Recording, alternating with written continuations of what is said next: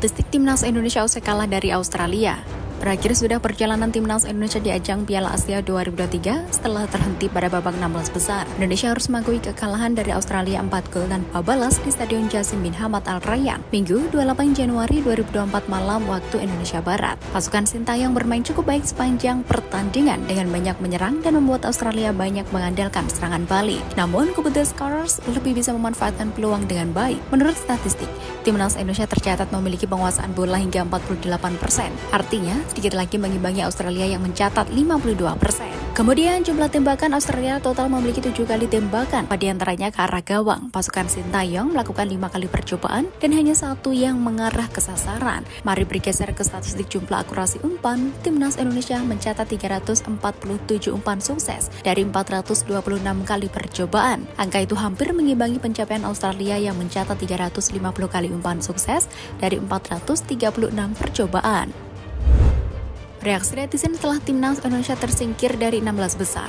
Timnas Indonesia menyerah dari Australia pada 16 besar Piala Asia 2023. Hasil tersebut membuat tim Garuda harus angkat koper dari turnamen antar negara di Asia itu. Bersua Australia di Jasim bin Hamad Stadium Al Rayyan, Qatar, Minggu 28 Januari 2024 malam waktu Indonesia Barat. Timnas Indonesia mampu memberikan perlawanan. Tim Garuda mencatatkan 48% penguasaan bola berbanding 52% milik Timnas Australia. Kekalahan tersebut membuat Timnas Indonesia gagal melangkah lebih jauh di Piala Asia 2023 meski akhirnya kandas pada 16 besar. Perjuangan tim Garuda tetap mendapat apresiasi terutama di dunia maya. Banyak netizen menyebut meski kalah dari Australia, Timnas Indonesia bermain bagus dan lepas. Banyak juga yang mengapresiasi Timnas karena telah berhasil lolos ke 16 besar. Sintayong keberatan jika Australia ikut Piala AFF. Pelatih Timnas Indonesia Sintayong keberatan jika Timnas Australia mengikuti Piala AFF meski telah bergabung dengan Federasi Sepak Bola Asia Tenggara AFF sejak 27 Agustus 2013. Australia lebih dulu menjadi anggota Konfederasi Sepak Bola Asia AFC pada 1 Januari 2006 setelah memilih keluar dari Konfederasi Sepak Bola Oceania. Perpindahan Konfederasi Australia bertujuan untuk mencari peluang lolos yang lebih besar ke Piala Dunia dan klub-klubnya bisa bermain di turnamen antar klub Asia yang kompetitif. Sintayong yang berbicara dalam konferensi pers sebelum Timnas Indonesia melawan Timnas Australia di babak 16 besar Piala Asia 2023 mengungkapkan bahwa level Australia berbeda dengan negara AFF.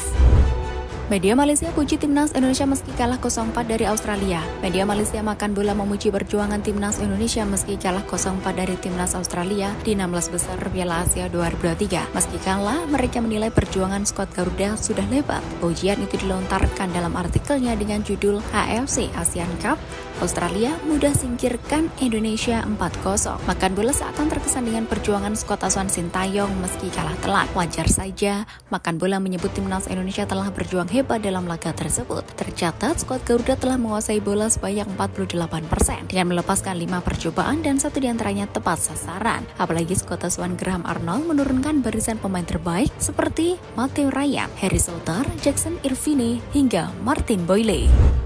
Update ranking FIFA Timnas Indonesia setelah kalah 4-0 dari Australia. Setelah kalah dari Australia, Timnas Indonesia masih tertahan di posisi 142 dunia dengan 1072,85 angka. Sementara itu, Australia tertahan di peringkat kedua-3 dunia dan mendapatkan tambahan 4,79 poin di ranking FIFA. Satu hal yang pasti, apresiasi layak diberikan kepada Timnas Indonesia sebab Jordi Amat dan kawan-kawan telah menunjukkan militansi sepanjang gelaran Piala Asia 2023 hingga mencetak sejarah lolos ke fase gugur.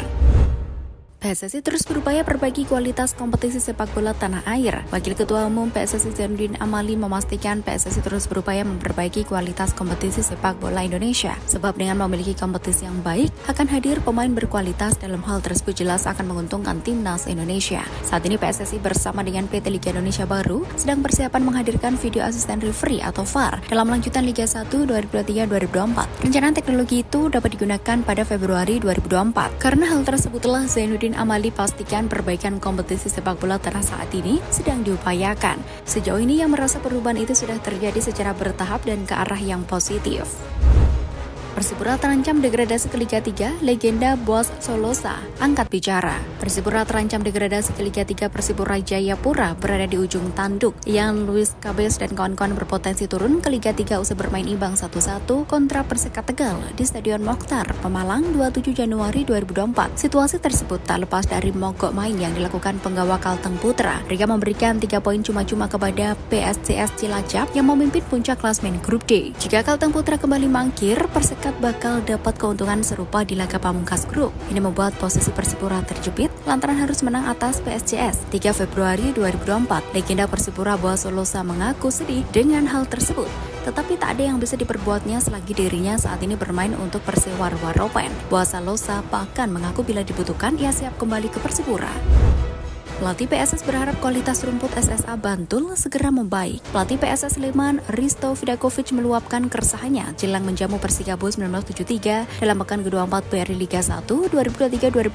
Pelatih asal Serbia itu mengeluhkan kondisi rumput Stadion Sultan Agung SSA Bantul, Yogyakarta. Klub berjulukan Superlang Jawa itu sejauh ini sudah 2 kali menjajal Stadion SSA. PSS Sleman melakoni uji tanding melawan Persis Solo dan Rans Nusantara selama jeda kompetisi. Menurut Risto, markas Persiba Bantul itu masih perlu beberapa perbaikan. Terlebih dalam waktu dekat, PSS bakal menggunakan stadion tersebut untuk lanjutan Liga 1. Lantaran home base mereka Stadion Maguharjo Sleman sedang direnovasi, ia pun berharap kualitas rumput SSA Bantul segera membaik. Arema punya kesempatan mata-matai permainan PSIS. Laga berat sudah menunggu Arema FC dalam lanjutan BRI Liga 1. Mereka bakal menjamu PSIS Semarang di Stadion Kapten Iwayan Dipta Gianyar Bali pada 5 Februari. Laga yang tidak mudah karena PSIS saat ini sedang dalam performa apik. Buktinya tim berjuluk Laskar Mahesa Jenar itu ada di urutan 4 klasmen sementara, namun Arema punya sebuah modal bagus jelang laga ini. Mereka punya momen untuk memata-matai permainan PSIS karena calon lawannya itu akan menjalani laga tunda di markas Persebaya Surabaya pada 30 Januari. Paul Monster ajak bonek dukung Persebaya kontra PSIS. Persebaya Surabaya bakal kembali bertanding di BRI Liga 1 2023-2024 dalam waktu dekat. Persebaya dijadwalkan menjamu PSIS Semarang pada laga tunda pekan ke-20 di Stadion Gelora Bung Tomo, Surabaya, Selasa 30 Januari 2024. Pelatih tim Bajul Ijo Paul Monster mengajak bonek untuk memberi dukungan penuh kepada timnya. Maklum, pertandingan yang digelar pada tengah pekan berpotensi dihadiri penonton dalam jumlah sedikit. Di sisi lain, Persebaya Surabaya butuh dukungan langsung di stadion mengingat posisi mereka di klasmen masih jauh dari papan atas. Paul Monster pernah merasakan atmosfer Stadion GBT dengan status sebagai pelatih Bayangkara FC. Saat itu dia melakoni partai tandang pada akhir musim Liga 1 2019 atau sekitar 4 tahun silam. Dia menilai kondisi stadion yang penuh akan memberikan keuntungan tersendiri pada tim tuan rumah. Paul Monster memastikan Persebaya Surabaya sudah sangat siap menghadapi PSIS Semarang.